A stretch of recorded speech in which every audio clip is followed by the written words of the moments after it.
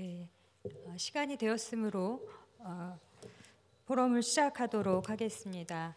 자, 이제부터 134차 한국여성정책연구원 양성평등정책포럼을 시작하겠습니다. 저는 오늘 포럼의 사회를 맡은 한국여성정책연구원 연구기획센터장 최윤정입니다. 기술 발전으로 AI의 영향력이 확대되고 이런 과정에서 오늘 포럼은 인공지능 딥러닝에 내재되어 있는 젠더 편향성의 실태를 고찰하고 대응을 모색하는 자리로 마련을 하였습니다. 오늘 포럼에 관심을 가지고 각지에서 현장을 찾아주신 내외빈 분들께 진심으로 감사 말씀드립니다. 시간 관계상 국회에 대한 경례와 애국가 제창은 생략하겠습니다. 아울러 본 포럼의 주체인 한국여성정책연구원의 조선주 원장 직무대행께서 오늘 불가피한 일정으로 참석을 하지 못하였음을 양해 부탁드리면서 개회사는 자료집을 참고해 주시기 바랍니다. 그럼 본격적으로 포럼 발표를 들어보도록 하겠습니다. 오늘 두 분의 발표를 준비하였습니다. 첫 번째 발표자는 한밭대학교 AI와 가치연구소의 허유선 박사님입니다. 허 박사님께서는 인공지능 젠더 편향성의 실태라는 제목으로 인공지능 구성 단계별 젠더 편향성의 사례를 분석하여서 발표해 주시겠습니다. 허 박사님을 모시겠습니다. 네, 반갑습니다. 방금 소개받은 허유선입니다. 오늘 인공지능 젠더 편향성의 실태, 인공지능 기술 구성 단계별 사례 분석을 중심으로라고 하는 발표 내용은요. 2022년 문미경 박사님과 함께 한국여성정책연구원에서 인공지능 딥러닝 활용의 젠더 편향성 실태화 개선 방안을 함께 연구했던 자료를 바탕으로 제가 조금 더 발표를 위해서 살을 붙여본 내용입니다. 그러면 바로 진행하도록 하겠습니다. 오늘 일단 인공지능 편향성 실태 사례를 바로 먼저 제시해 드릴 수가 없어서 이 내용의 구성상 인공지능 편향성 일반에 대한 얘기를 짚고 넘어갈 수밖에 없을 것 같습니다. 그 과정에서 오늘 발표 내용 혹은 이 연구 자료의 차별성도 약간 드러날 수 있을 것 같고요. 인공지능 편향성 논의는 지속적으로 AI와 관련해서 이야기되어 오던 이슈입니다. 편향성이라는 말 자체는 어느 한쪽으로 기울어져 있다는 뜻이라서 그 말에는 나쁜 의미가 없습니다. 그리고 편향성의 완전 제거는 가능하지 않습니다. 다만 우리가 여기에서 문제를 삼고 있는 편향성은 집단을 균형 있게 대표하지 못하고 한쪽으로 치우친 작동이나 결과물을 제시하게 되는 AI 편향성을 의미합니다.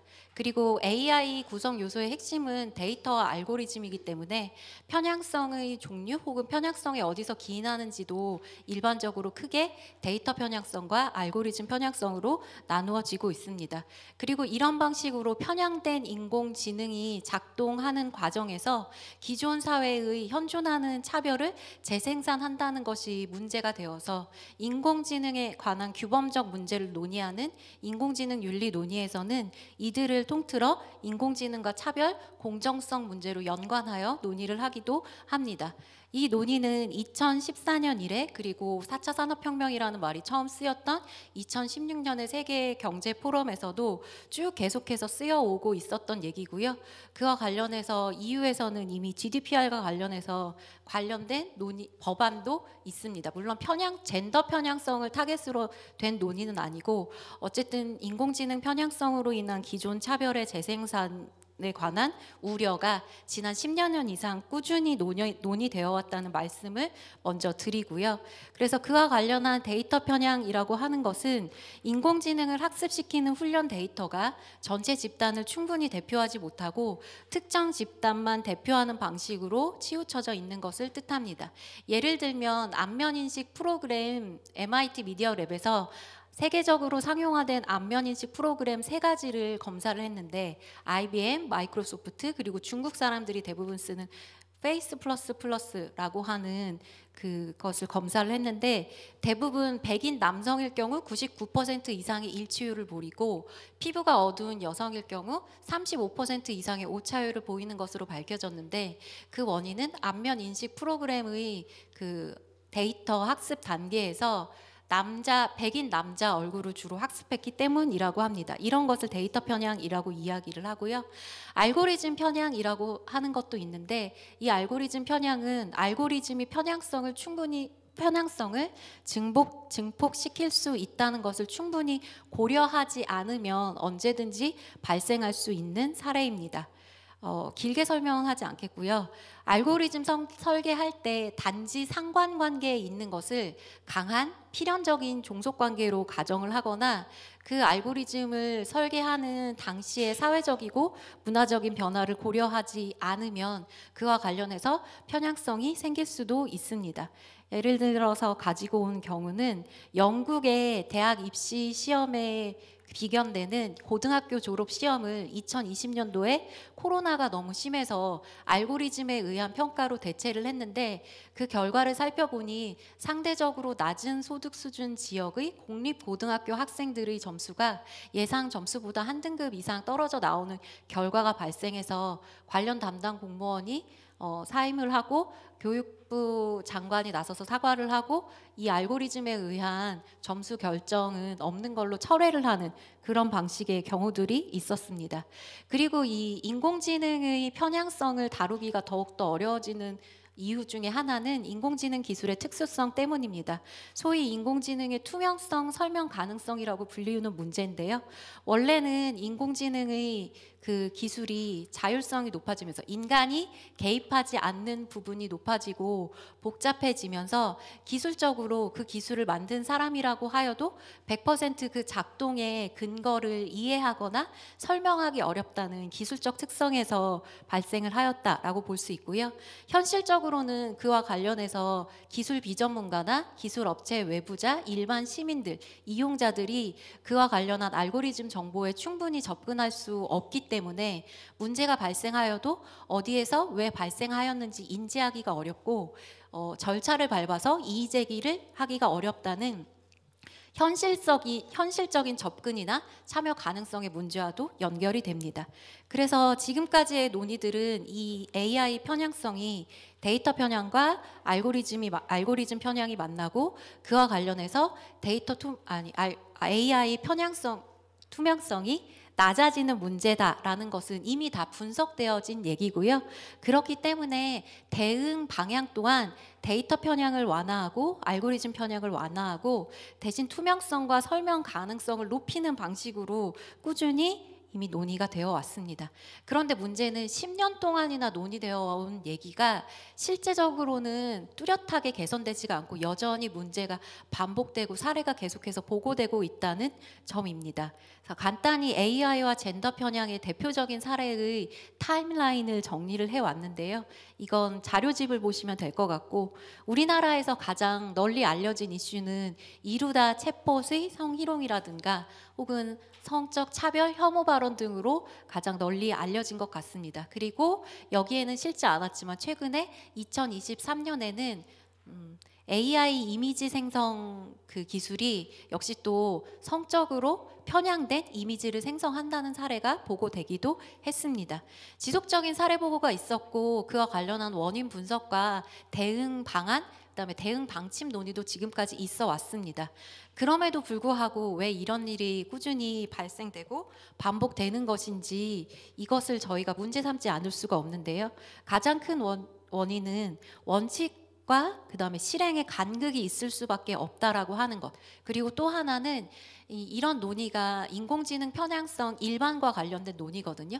젠더 편향성만 타겟으로 해서 논의가 된 경우가 특히 구체적인 정책 논의가 현재로서는 매우 드문 상태입니다.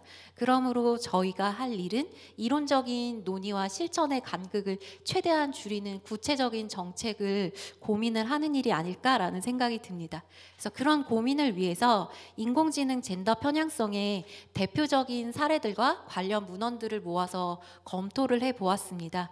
그에 따라서 그 인공지능 기술 구성 단계를 중심으로 사례를 분류를 하고 그 분류된 사례 안에서도 사례의 특징이나 주요 원인이라 간주되는 것에 따라서 사례를 유형화하여 오늘은 설명을 드리도록 하겠습니다.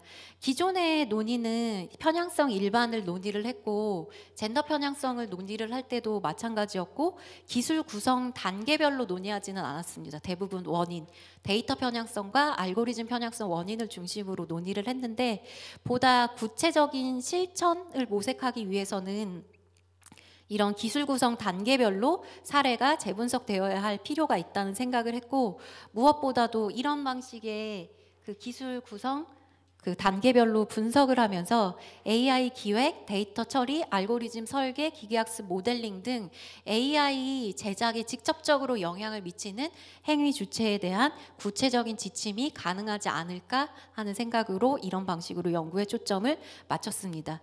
처음에는 인공지능 기획 단계에서부터 시작을 할 텐데요.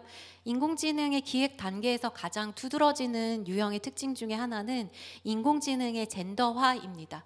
인공지능을 젠더화한다는 것 자체가 나쁜 것은 아닐 텐데, 기존에 현존하는 불합리한 젠더 차별 고정관념을 재생산한다는 것이 문제가 되고요. 예를 들면 AI 기반의 로봇의 외양은 보안 로봇은 대부분 남성, 안내 및 서비스 제공 로봇은 대부분 여성의 외모를 띠고 있습니다.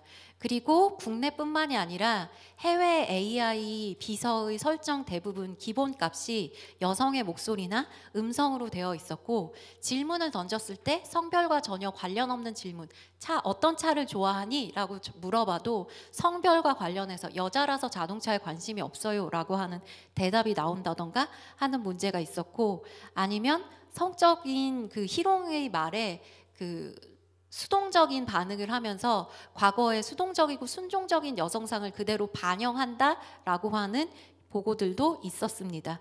그리고 기존의 성적 착취 및 수익화 목적과 AI 기술이 결합해서 나타난 사례들도 있었는데요. 더 쉽고 정교한 산물 제작을 위해서 AI가 활용되고, 당연히 그런 수순으로 더 큰 피해를 야기하게 되는, 예를 들면 딥페이크 포르노 같은 것 많이 들어보셨을 것 같습니다. 처음에는 유명 연예인들을 중심으로만 이런 것들이 만들어지다가 현재는 일반인, 지인들을 대상으로 이런 피해들이 확산이 되고 있고요. 대부분의 디지털 성범죄와 마찬가지로 한 번 발생한 이후에는 그 피해 구제가 쉽지 않아서 그런 것들이 문제가 됩니다. 그리고 이제 여론에 빗발치는 문매를 막고 폐기를 하기는 했지만 2016년 중국에서는 포르노 속 여성 신원을 확인하려는 알고리즘의 개발을 하기도 했습니다. 그리고 이런 것은 젠더 타깃 연구라고 유형화를 해봤는데요. 미국 스탠퍼드대 코신스키 교수팀이 지금까지도 연구를 계속하고 있는데, 수만 장의 얼굴 이미지 데이터를 학습한 AI를 통해서 개인의 성적 취향, 성적 정체성까지 분류 가능하다라고 하는 연구 주장이 나오고 있습니다. 물론 이건 연구 윤리나 그 과학적인 신빙성의 측면에서 많은 논란이 퍼지기도 했는데요. 어쨌든 이건 관련해서 왜 사례로 들었냐면, 부정적이며 비과학적인 젠더 고정관념을 식별하거나 강화하는 목적으로 얼마든지 연구가 진행될 수 있다라고 하는 것을 사례로 한 개 넣어보았습니다. 그래서 이것을 정리하면 이런 방식의 표가 됩니다. 살펴보시면 좋을 것 같고요. 기획 단계를 넘어가면 이제 그 기획에 맞춘 알고리즘 데이터, 기획에 맞춘 인공지능을 만들기 위해서 데이터를 준비를 하겠죠. 데이터 처리 과정에서 젠더 편향성과 관련한 사례들은 어떤 것이 있고 어떤 특징으로 정리될 수 있는지를 살펴보았습니다. 기본적으로는 데이터, 처음 가공하지 않고 수집한 원 데이터, 로우 데이터라고 하죠. 로우 데이터가 이미 편향되어 있는 경우를 살펴볼 수가 있을 것 같습니다. 인공지능 번역 같은 경우 여성에 대한 비하적인 언어를 번역을 하거나, 아니면 원문에서는 중립 명사로 지시가 되었는데 대부분 남성 명사로 번역을 하거나, 그런데 그런 부분들이 어떤 부분이냐면 의사나 변호사 같이 고소득, 그다음에 지도직과 관리된 부분들은 대부분 남성형으로 번역을 하거든요. 그다음에 자동 이미지 생성 알고리즘 같은 경우에도 여성의 경우에는 노출이 심한 옷을 입히지만 상대적으로 남성의 경우에는 정장과 같이 평범한 옷을 입혀서 그 이미지를 생성하는 경우들이 대부분이었고요. 이것은 기존에 현존하는 젠더 편향이 반영된 결과로 볼 수 있습니다. 그리고 그렇다면 이건 처음에 그 인공지능 제품 및 서비스를 기획할 때 처음부터 이런 식으로 젠더 차별적인 결과를 야기하려고 하지 않았기 때문에 기획의 제작 의도와는 다른 예기치 않은 결과를 산출한 것으로 이해를 할 수 있고요.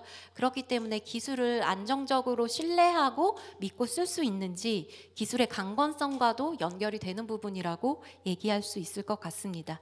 이건 원래 데이터를 생산을 하는 사회 구성원들의 역사적이고 사회 구조적인 젠더 편향이 누적된 결과라고 볼 수 있을 것 같고요. 그리고 데이터 수집 표본 집단을 설정할 때 아예 한 인구 집단으로 치우치는 경우들이 있습니다. 이런 것을 표본 집단 설정에서의 젠더 편향이라고 얘기를 해봤고, 아까 말씀드린 안면인식 프로그램뿐만이 아니라 아직 상용화되지는 않았는데 의료 데이터를 수집을 할 때도 대부분 백인 중산층 남성 환자를 중심으로 데이터가 수집되기 때문에 이와 관련해서 문제가 생길 수 있다는 우려가 보고된 바 있습니다. 그래서 그렇다면 이 문제는 데이터 수집 범위를 넓히면 해결될 것이라고 생각될 수도 있는데, 앞서 말씀드렸던 원인처럼 사회에서 생산하는 데이터 자체가 편향되어 있다면 그 데이터 수집 범위를 아무리 넓혀도 이 문제는 완화되거나 해결되기 어려울 것이라고 볼 수 있습니다.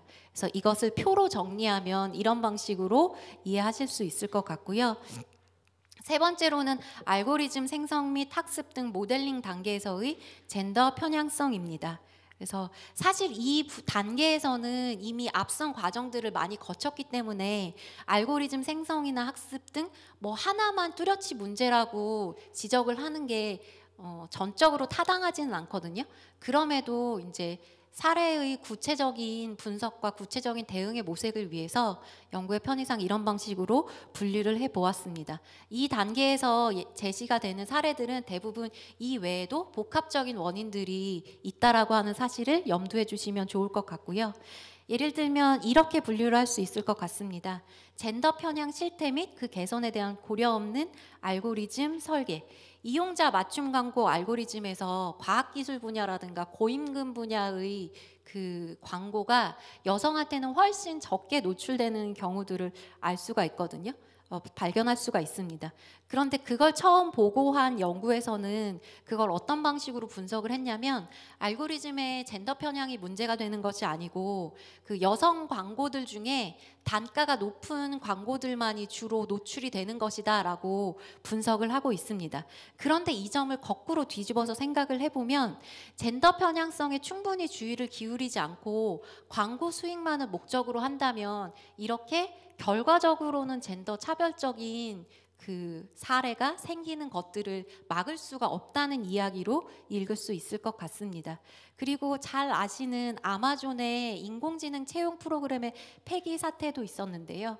이건 지난 10년간 아마존 직원 채용자 집단에서 데이터를 추출을 하고 그와 관련해서 알고리즘이 기존에 이미 다니고 있었던 남성, 백인 남성을 중심으로 이 직종이 어울리는구나 같은 식으로 알고리즘이 설계가 되어서 여성이라는 글자만 들어가도 모두 감점을 시켰기 때문에 문제가 된 것이었거든요.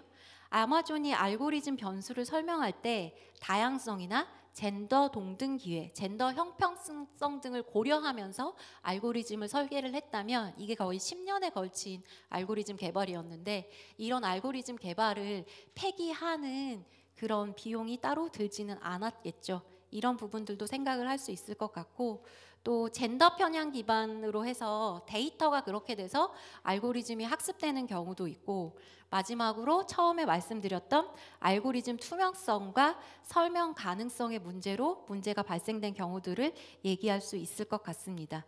이 연구에서는 AI 활용 결과값에서 젠더 편향성이 두드러지고 피해 사례가 보고되어도 그 원인을 명확하게 확인하기 어려운 경우를 이 유형으로 분석을 했습니다. 이 유형이 문제가 되는 경우는 인공지능의 기술적인 특성으로서의 불투명성 혹은 설명 가능성이 높아지지 않음을 변명으로 삼아서 AI 젠더 편향을 기술상의 문제로 축소를 하고 이와 관련된 기업들이 자신의 책임을 회피하려고 하는 것이 가장 큰 문제가 된다고 얘기를 할 수 있을 것 같습니다. 대표적으로는 2019년도에 골드만삭스와 애플이 손을 잡고 신용카드를 개발을 했는데 신용카드를 공개를 하고 난 후에 남성과 여성 부부가 공동명의여서 다른 모든 조건이 똑같음에도 불구하고 남성에게는 여성의 20배 이상의 신용한도 책정을 해서 이런 사례가 여러 차례 보고가 돼서 피해자들로부터 보고가 돼서 문제가 된 적이 있는데, 그래서 금융감독청이 이 조사에 나섰는데 결과는 혐의 없음으로 밝혀져서 그대로 이 카드가 이렇게 나오고 있습니다. 그래서 그와 관련해서 이용자의 입장에서는 그렇다면 도대체 왜 이런 문제가 발생했는지 알 수가 없으니까 그 다음에 어떻게 대비하면 좋을지, 어떻게 개선할 수 있을지 얘기를 하기도 어려울 것 같고요. 아니면 유색인종의 성적 대상화와 관련해서 구글 검색 알고리즘이 문제가 된 경우도 있는데, 구글은 역시 그와 관련한 자신들의 해명으로 알고리즘에 편향은 없고 알고리즘에 직접 개입하지 않았기 때문에 자신들은 문제가 없다는 방식으로 이렇게 해명을 하고 있습니다. 하지만 이런 구글의 해명을 다시 또 뒤집어서 생각해 보면 데이터가 편향된 문제들에 대해서 이 인공지능 제품이나 서비스를 제공하는 기업이 그것들을 조정하거나 적극적으로 개입해서 젠더 형평성을 실현할 그런 의욕은 별로 없다라고 하는 것들을 읽어낼 수 있을 것 같습니다. 그래서 적정한 조치 없이는 이런 요소들이 반복될 수 있을 것이라는 생각을 할 수 있을 것 같고요. 하지만 실제 사례 대부분은 지금까지 얘기된 기획에서의 이미 젠더 편향성, 그리고 데이터 처리 단계, 모델링 단계에서의 젠더 편향성이 모두 복합적으로 일어나는 경우가 많습니다. 그래서 대표적인 인공지능 챗봇 이루다, 지금은 2.0이라서 이런 사안들이 개선되었다라고 보고되고 있는데요. 기획 단계에서부터 공감형 대화가 가능한 그 모델을 20살의 여대생으로 설정을 했다는 것 부분을 좀 생각해 볼 수 있을 것 같고요. 공감성 대화와 연애가 가능한 챗봇을 표방을 했는데 그것이 꼭 20살 여대생이어야 하는가? 이런 부분은 젠더 고정관념이 반영되었다라고 볼 수 있을 것 같습니다. 그리고 이성의 연애 어플을 중심으로 데이터를 수집했다는 점에서 데이터의 편향성을 생각해 볼 수가 있고, 그다음에 그와 관련해서 충분히 혐오나 차별 발언을 거르지 않았다는 점에서 모델링 단계에서의 문제를 생각해 볼 수 있습니다. 그리고 이용자들이 아예 편향되게 활용을 했다는 문제도 생각을 해 볼 수가 있고요. 그렇기 때문에 이것이 시사하는 바는 어떤 것이냐면, 기술이 성공하면 할수록, 챗봇 기술이 발전하거나 이걸 활용하면 할수록 젠더 편향이 실현되거나 이루어지는 것이 아니고 오히려 심화될 수 있다라고 하는 것이고, 기술 오류로 이 문제가 발생하는 것만이 아니고 악의적으로, 고의적으로 의도를 갖고 이 문제가 발생하는 것이 아니고 사회에 펴져 있는 무의식적으로 만연한, 역사적으로 사회적으로 누적된 젠더 편향이 문제다라고 이해를 할 수 있을 것 같습니다. 그렇기 때문에 인공지능의 젠더 편향을 단지 기술적인 문제로 보지 않고 기술, 사회, 문화의 통합적인 관점으로 바라보면서 정책적인 대응이 얘기되어야 할 것 같고요. 10년 이상 보고되어 왔고 논의되어 왔던 문제가 왜 해소되지 않는가, 실질적으로 뚜렷하게 개선되지 않는가라고 하면 이 사회가 이것을 우리들이 함께 해결해야 할 공공의 시급한 문제로 생각하지는 않는다는 점을 짚어볼 수 있을 것 같습니다. 이런 점을 고려를 하려면 이제 개발하는 기술 업체 쪽에서 더 많은 시간과 수고, 그다음에 돈을 들이는 것이 자연스러운 일이거든요. 그런데 우리 사회 전반에서 무엇인가를 달성하기 위해서 젠더 형평성을 고려하면서 더 많은 시간과 자원을 들이는 게 당연한 일로 받아들여지고 있는지, 이런 논의도 필요하고, 그런 것들과 관련해서 이런 것을 구체적으로 얘기하기 위해서는 사전에 미리 여러 단계에서 젠더 편향성과 관련한 구체적인 책무를 논의하는 일이 필요할 것이라고 생각됩니다. 제 발표는 여기까지입니다. 감사합니다. 네, 허유선 박사님 발표 감사드립니다. 굉장히 풍부한 내용을 준비를 해주셨는데 저희가 20분 정도의 시간밖에 드리지 못해서 죄송합니다. 실질적으로 자료집에 되게 다양하고 다양한 각도에서의 여러 사례들이 기재가 되어 있으니까요. 많이 자료집을 참고해 주시면 더 큰 정보를 얻으실 수 있을 것 같습니다. 그럼 두 번째 발표를 들어보도록 하겠습니다. 두 번째 발표는 인공지능 딥러닝의 젠더 편향성 개선 방안이라는 제목으로 지금까지 들었던 이런 현상과 실태를 바탕으로 우리가 앞으로 어떤 정책적 대응 방안을 모색할 수 있을지에 대해서 한국여성정책연구원 문미경 선임연구원께서 발표해 주시겠습니다.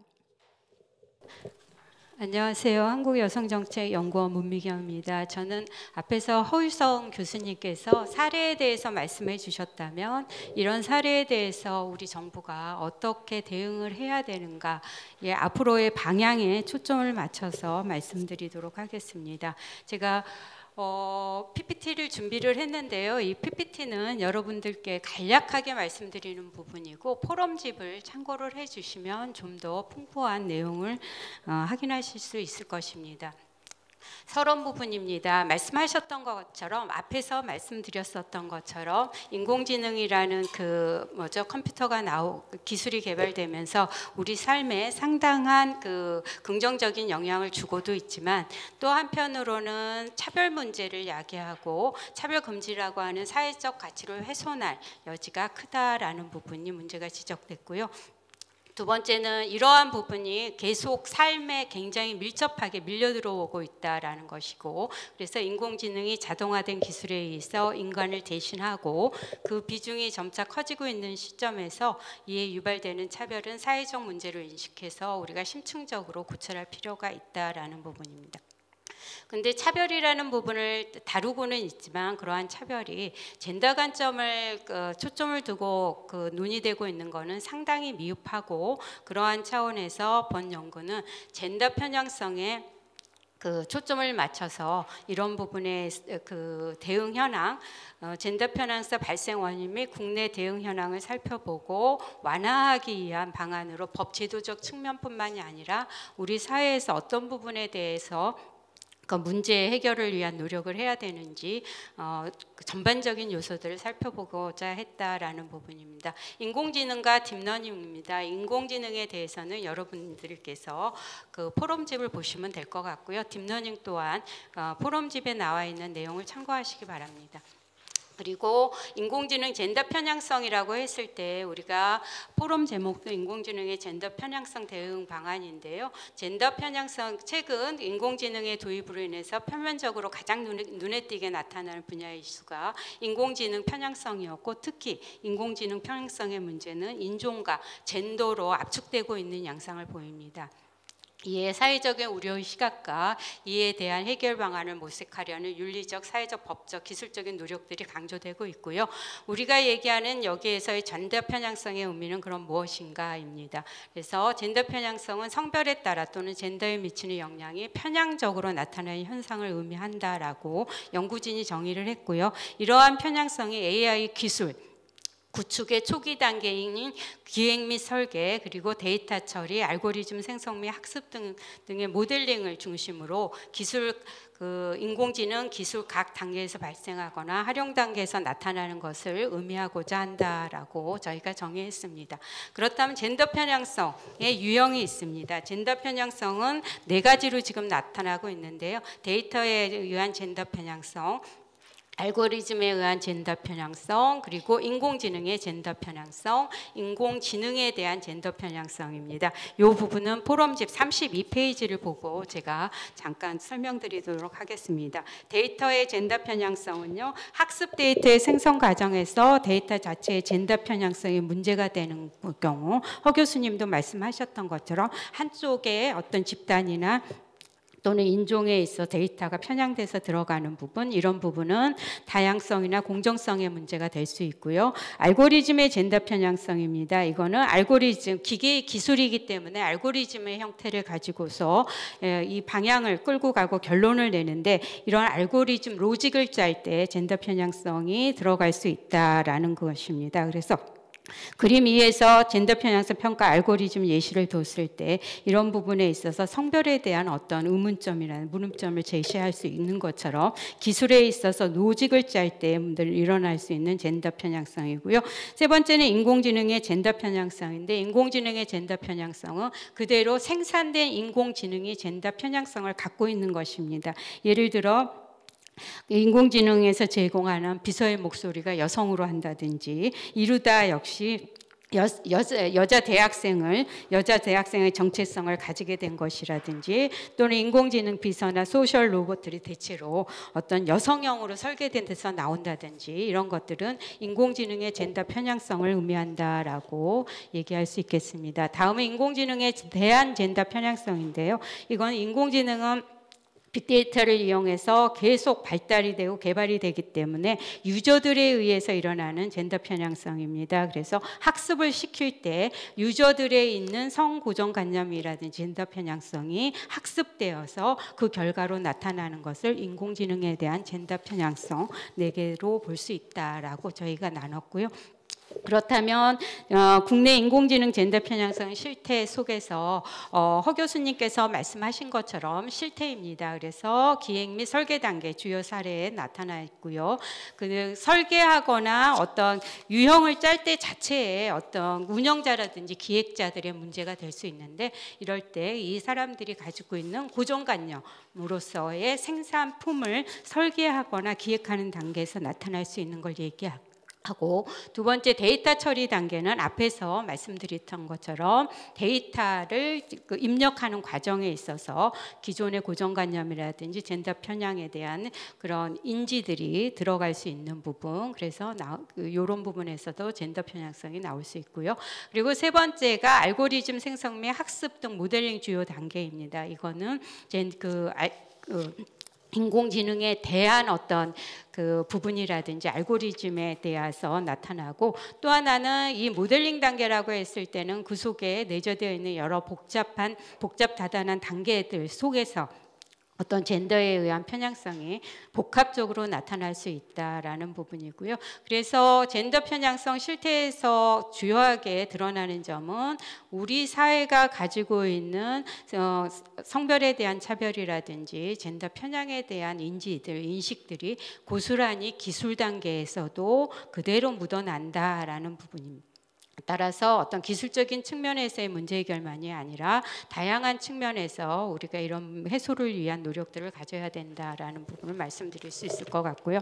다음은 법제도적 대응. 그러면 이러한 젠더 편향성에 대해서 또는 편향성에 대해서 어떤 식으로 정부가 현재까지 대응하고 있는가를 말씀드리고자 합니다. 이 부분은 35페이지 포럼집을 보면서 진행하겠습니다.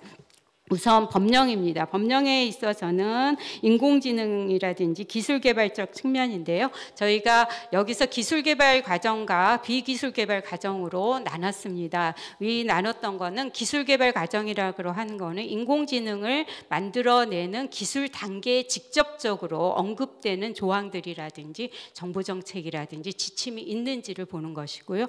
비기술개발 과정 접근 방식은 그 직접적인 기술 개발 단계 외에 AI와 관련해서 발생할 수 있는 인권이라든지 윤리 문제 등에 대한 방안이 포함된 법령 및 가이드라인, 이런 부분을 봤고요. 이 부분에 의해서는 정부 정책에 한해서 정부 법령이라든지 국가 법령이라든지 정부 정책 지침에 한해서 저희 분석하였다라는 부분을 말씀드리겠습니다. 우선 법령 부분입니다. 기술개발 과정적 접근에서는 젠더 편향성 관련 제어 조치 조항이 부재하다라는 걸 발견했고요. 이 부분은 그 다음에 36페이지 비기술개발 과정적 접근입니다. 그러니까 인공지능에 대한 법령이 나와 있는 부분에 있어서는 기술 단계에 있어서의 젠더 편향성을 언급하거나 이런 부분에 대해 간접적으로도 의미하는 그런 조항들이 없었다라는 부분을 말씀드리고요. 두 번째 비기술 개발적 접근입니다. 이 부분은 인공지능 관련 현행 법령은 기능 정보화 기본법을 모법으로 해서 하고 있는데요. 이 부분에 대해서도 표 4를 보게 되시면 젠더 관련한 내용은 전혀 언급되고 있지 않고 굉장히 성중립적으로 논의되고 있음을 알 수 있습니다. 두 번째는 정부 정책입니다. 기술개발 과정적 접근인데요. 이 정부 정책에서는 우리가 보는 가장 큰 AI에 관련해서는 아이코리아 4.0 실현을 위한 인공지능 이 부분입니다. 그래서 이 정부 정책을 봤을 때 이 부분에 대해서 논의되고 있는 AI 기술력이라든지 인재 및 기반 확보 이 세 가지 축으로 지금 방향을 제시하고 있고 이 부분에 있어서 어떻게 시너지를 낼까에 대한 고민은 있지만 젠더 부분을 따로 떼거나 이런 부분은 없다라는 걸 발견할 수 있었습니다. 그리고 비기술 개발 가정적 접근에서도 기술, 인재, 기반 나눠서 봤을 때 이 부분에 대해서도 젠더 요소를 고려한 부분은 전혀 드러나지 않았다라는 부분을 표 6에서 보실 수 있겠습니다.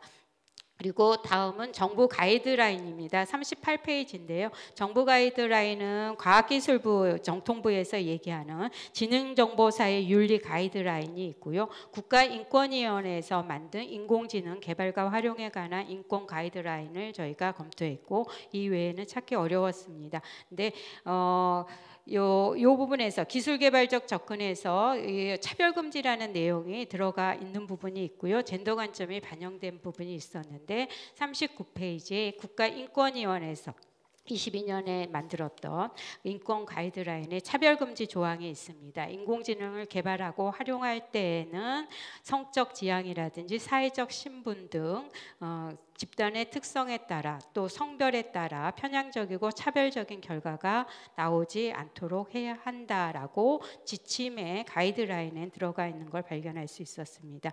그리고 비기술개발적 접근에서도 국가인권위원회에서 제시하고 있는 인공지능 인권역량 평가 시행 부분에 국가는 인공지능의 개발과 활용에 있어 인권적 가치가 우선시되도록 하며 인공지능으로 인해 발생할 수 있는 인권 침해와 차별에 대하여 사전적 또는 사후적으로 관리 감독할 의무가 있다라고 지침에 명시해 둔 것을 찾을 수 있습니다.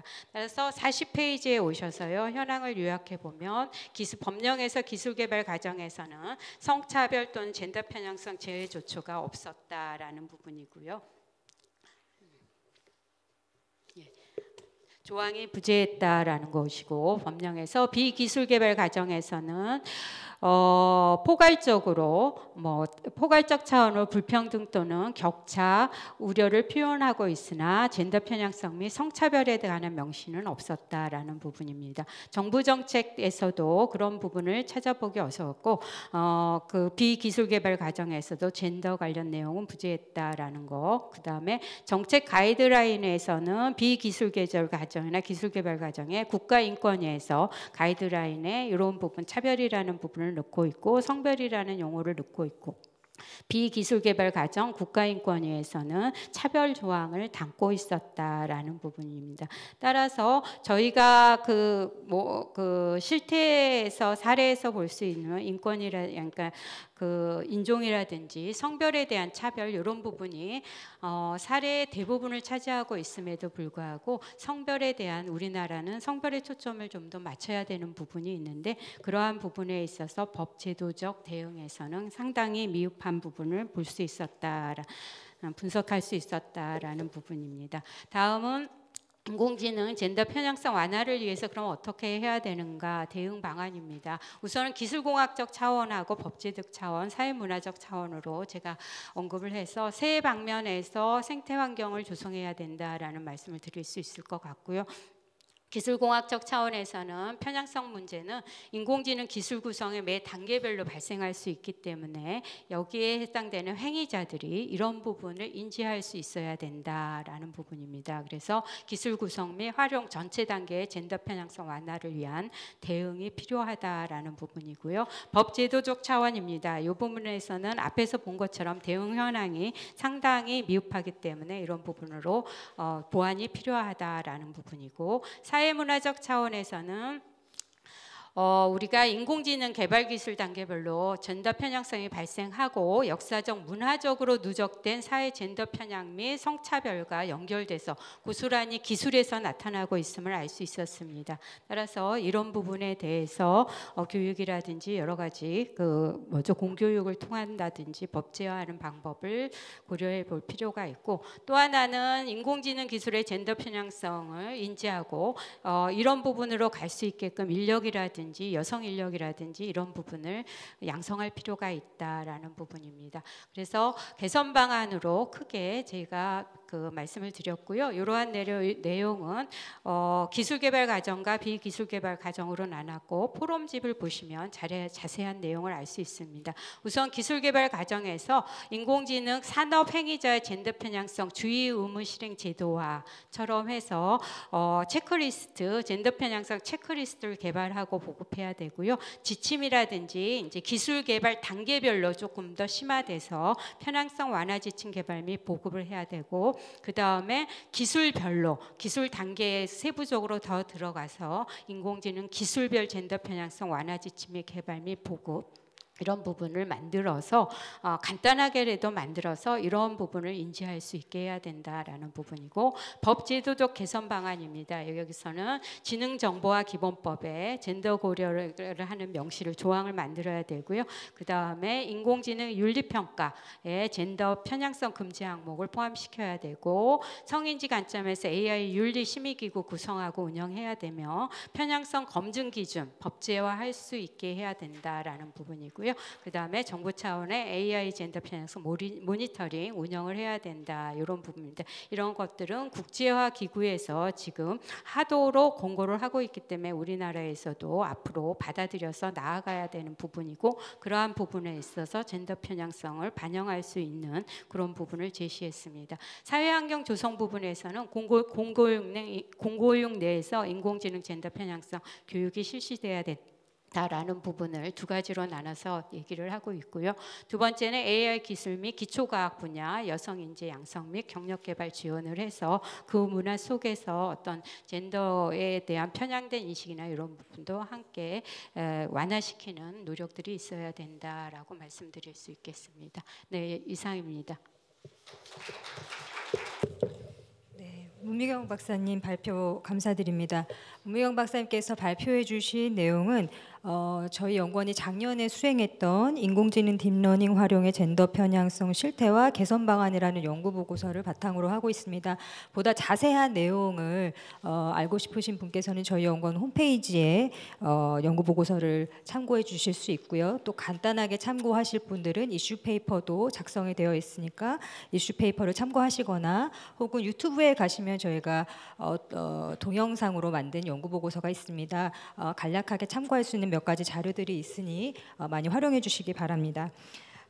긴 시간 이제 발표를 경청하시느라 힘드셨을 텐데, 토론에 들어가기 전에 10분 정도 휴식 시간을 15분 정도 갖도록 하겠습니다. 지금 현재 4시 45분경에 이르렀고요. 한 15분 후에 4시에 다시 2부 토론 순서로 모이도록 하겠습니다. 우측에 다과가 마련되어 있습니다. 편하게 드시고 또 쉬셨다가 이따 뵙도록 하겠습니다. 감사합니다. 네, 아직 4시가 안 돼서 59분인데 그냥 진행하도록 하겠습니다. 네, 안녕하십니까. 저는 오늘 토론회 좌장을 맡은 한국여성정책연구원 기획조정본부장 김은지입니다. 오늘 인공지능 딥러닝의 젠더 편향성과 대응 모색이라는 주제로 두 분의 발표 그리고 네 분의 토론을 마련하였습니다. 앞에 두 분 발표에서 허유선 교수님께서는 그동안 발생한 문제 사례를 굉장히 꼼꼼하게 잘 짚어주셨고요. 문미경 박사님께서는 정책적 차원의 현황을 상세히 설명해 주셨습니다. 이 두 가지 방안에 대해서 오늘 네 분 토론자께서 다양한 방면에서의 토론 의견을 제시해 주실 예정이십니다. 토론자 소개 드리겠습니다. 먼저 이건명 충북대학교 소프트웨어학부 교수님 오셨습니다. 네, 다음으로 최지은 정보통신정책연구원 연구위원 오셨습니다. 네, 다음으로 최은미 한국과학기술젠더혁신센터 정책기획실장님 오셨습니다. 네, 마지막으로 김유향 국회 입법조사처 사회문화조사심의관 오셨습니다. 네, 그러면은 네 분의 토론을 시작하도록 하겠습니다. 저희에게 주어진 시간이 40분이어서 각 토론자들께서는 8분에서 많아도 10분을 넘기지 않도록 토론 의견을 부탁드립니다. 네, 그러면 먼저 이건명 교수님의 토론 의견 먼저 들으시겠습니다. 예, 안녕하십니까. 저는 충북대학교 소프트웨어학부에 재직하고 있는 이건명이라고 합니다. 저는 실제 인공지능 딥러닝 분야 연구하는 연구자로서 참여를 했습니다. 그래서 현장에 있는 사람이 보는 관점과 젠더 편향성에 대한 연구를 하시는 분들의 관점이 좀 다른 면이 있을 거라고 생각을 합니다. 양해하시고 들어주시면 좋겠습니다. 준비한 토론문을 읽도록 하겠습니다. 인공지능은 인간이 생산한 데이터를 사용하여 만들어집니다. 개인은 개인이 살아가는 사회적 역사적 구조에 영향을 받으며 감각하고 사고하고 판단합니다. 보편적 가치 관점에서 보면 각 구조에는 편향된 요소가 있기 마련입니다. 구조 속에서 축적된 데이터에 기반하여 학습된 인공지능 모델은 편향성을 가질 수밖에 없습니다. 인공지능은 일상에서 늘 사용하게 되는 자동화 기술이기 때문에 인공지능에 의해서 잘못된 편향성에 지속적으로 노출되면 고정관념과 편견이 강화되고 차별과 기존의 불평등이 심화될 수 있습니다. 인공지능 모델은 데이터를 제대로 표현하는 것을 목표로 하고 이러한 모델을 성능이 높은 것으로 평가합니다. 그런데 실제 세계를 온전하게 대표할 수 있는 데이터를 모으는 것은 불가능합니다. 기본적으로 인공지능 모델은 불완전하고 편향성을 가질 수밖에 없습니다. 젠더 편향을 비롯한 여러 불공정한 차별에 대응하기 위한 공정성의 이슈는 인공지능 분야에서 최근 관심사 중에 하나입니다. 특히 고용, 헬스케어, 형사법, 금융 및 신용평가 등에서 공정성은 특히 중요합니다. 편향은 데이터, 알고리즘, 인적 의사결정에서 발생할 수 있습니다. 소수 집단이 충분히 포함되지 않은 데이터로부터 학습된 인공지능 모델은 편향된 판단을 할 수 있습니다. 학습 데이터의 편향, 알고리즘 설계의 불균형 등으로 특정 젠더나 소수자 집단에 대해 불공평하거나 차별적인 인공지능 알고리즘이 만들어질 수도 있습니다. 개발자의 무의식적인 편견, 데이터 제공자 집단의 편향, 차별에 대한 제도적 규제의 부재 등에 의해서 인공지능 시스템이 젠더 편향적인 특성을 보일 수도 있습니다. 젠더 편향성은 성별에 기반하여 채용과 승진, 임금 격차, 교육 기회, 고정관점 및 선입견, 범죄, 언어 사용 등에서 차별이 발생하는 것을 말합니다. 인공지능 시스템에서의 젠더 편향성을 완화시키기 위해서는 구체적으로 시스템의 어떤 특성이 젠더 편향적인지 명확히 파악해야 합니다. 젠더 편향성은 구조적 맥락 속에 내재되어 있어서 사회적 규범이나 관례로 간주될 수도 있습니다. 따라서 젠더 편향성에 대한 인지도가 높지 않은 사람이 적지 않으며 시스템의 어떤 특성이 젠더 편향적인지 인식하지 못할 수도 있습니다. 아직 인공지능 시스템의 젠더 편향성을 제대로 측정할 수 있는 도구는 없다고 해야 할 것입니다. 젠더 편향을 비롯한 편향의 해소는 당위적이지만 인공지능 기술 관점에서 여러 어려움이 있습니다. 첫째, 편향은 인공지능 자체의 문제라기보다는 데이터와 인적 요소의 문제입니다. 둘째, 인공지능은 비즈니스를 위한 수익 창출 기술이지 공공재가 아니므로 편향 해소 방안이 있다 하더라도 강제가 쉽지 않습니다. 셋째, 최근 인공지능 기술은 대부분 복잡한 수학적 함수로 구현되는 블랙박스이므로 편향성 판단 및 해결 여부를 검증하는 게 어렵습니다. 더구나 대부분의 인공지능 모델은 내부 구조를 공개하지도 않습니다. 인공지능 기술은 인간이 하는 일을 자동으로 하는 것을 목표로 합니다. 이를 위해 인간의 지식을 사용하거나 인간이 생산한 데이터를 사용합니다. 기술 자체에 젠더 편향성이 있는 것이 아닙니다. 인간이 가지고 있는 지식 또는 생각이 편향되어 있고 사용되는 데이터가 편향되어 있기 때문에 인공지능 시스템이 편향될 수밖에 없습니다. 인공지능 시스템의 개발 과정에서 편향성을 완화시키기 위한 노력을 해야 합니다. 젠더 편향성의 요소를 파악하고 이를 회피하거나 완화하기 위해 세부 행동에 대한 구체적인 가이드라인을 규정하고 운영해야 합니다. 편향성을 측정하기 위한 도구를 개발 과정에서 적절히 적용해야 됩니다.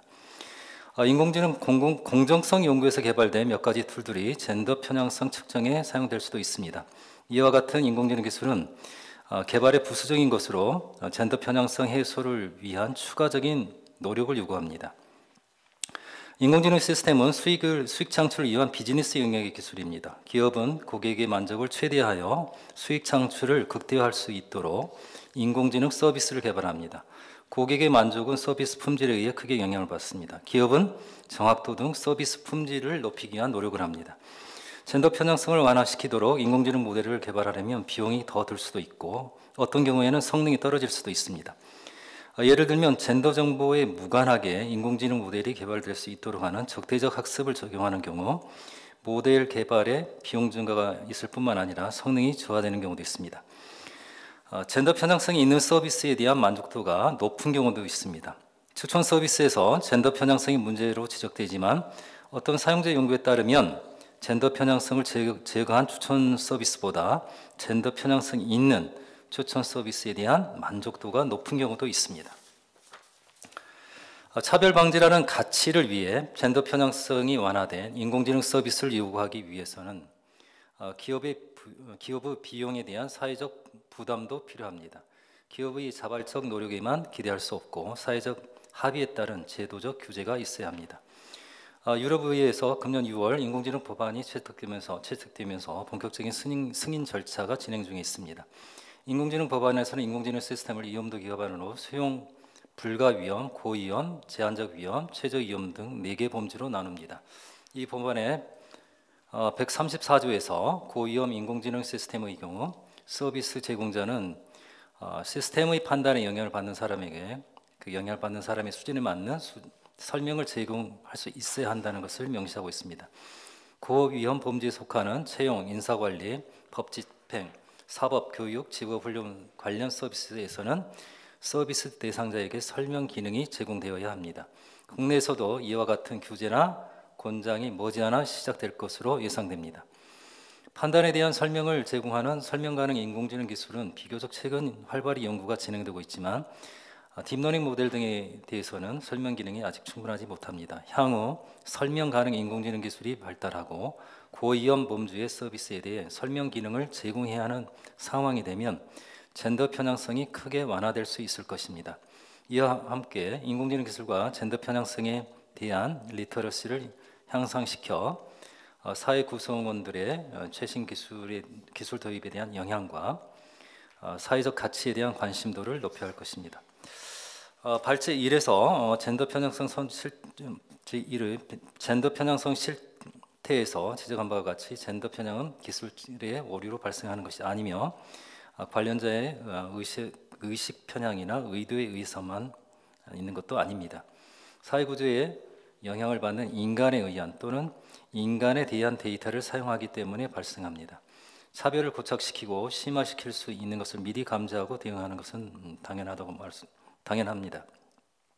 앞서 언급한 바와 같이 인공지능은 기업 입장에서 영리를 위해 사용하는 기술일 뿐입니다. 기업은 고객의 만족도와 수입의 극대화에 관심이 있습니다. 정상적인 기업은 형사법적인 위법성이 있는 인공지능 서비스를 개발하지 않을 것입니다. 하지만 기업이 젠더 편향성의 완화를 위해 자발적으로 고객 만족도를 떨어뜨리며 수익 감소를 감수하려 하지는 않을 것입니다. 기계적 형평성으로 젠더 편향성을 효과적으로 완화시키기는 어려울 것입니다. 실제적인 불합리한 차별이 발생하는 서비스 분야와 상황 등을 구체적으로 식별하고 이에 대한 규제를 명확히 하는 것을 우선적으로 하는 것이 바람직할 것입니다. 인공지능 시스템에 의한 젠더 편향성의 사례를 발굴하여 어떤 불합리한 상황이 발생하는지 인공지능 시스템의 개발자, 사용자, 영향을 받는 사람들에게 교육을 시키는 것에 공감을 합니다. 발제 2에 인공지능 딥러닝 활용의 젠더 편향성 개선 방안에서 기술 개발 과정과 비기술 개발 과정의 관점에서 개선 방안이 체계적으로 제안되었습니다. 표 10의 인공지능 젠더 편향성 윤리 체크리스트는 점검 문항들이 선언적으로는 충분하지만 개발자 입장에서 실제 어떻게 점검할 것인지 향후 구체화하면 좋을 것 같습니다. 표 11에 공학자를 위한 인공지능 기술 개발 단계 젠더 편향성 완화 지침에서 주로 학습 데이터 관점에서 젠더 편향성의 완화 전략을 기술하고 있습니다.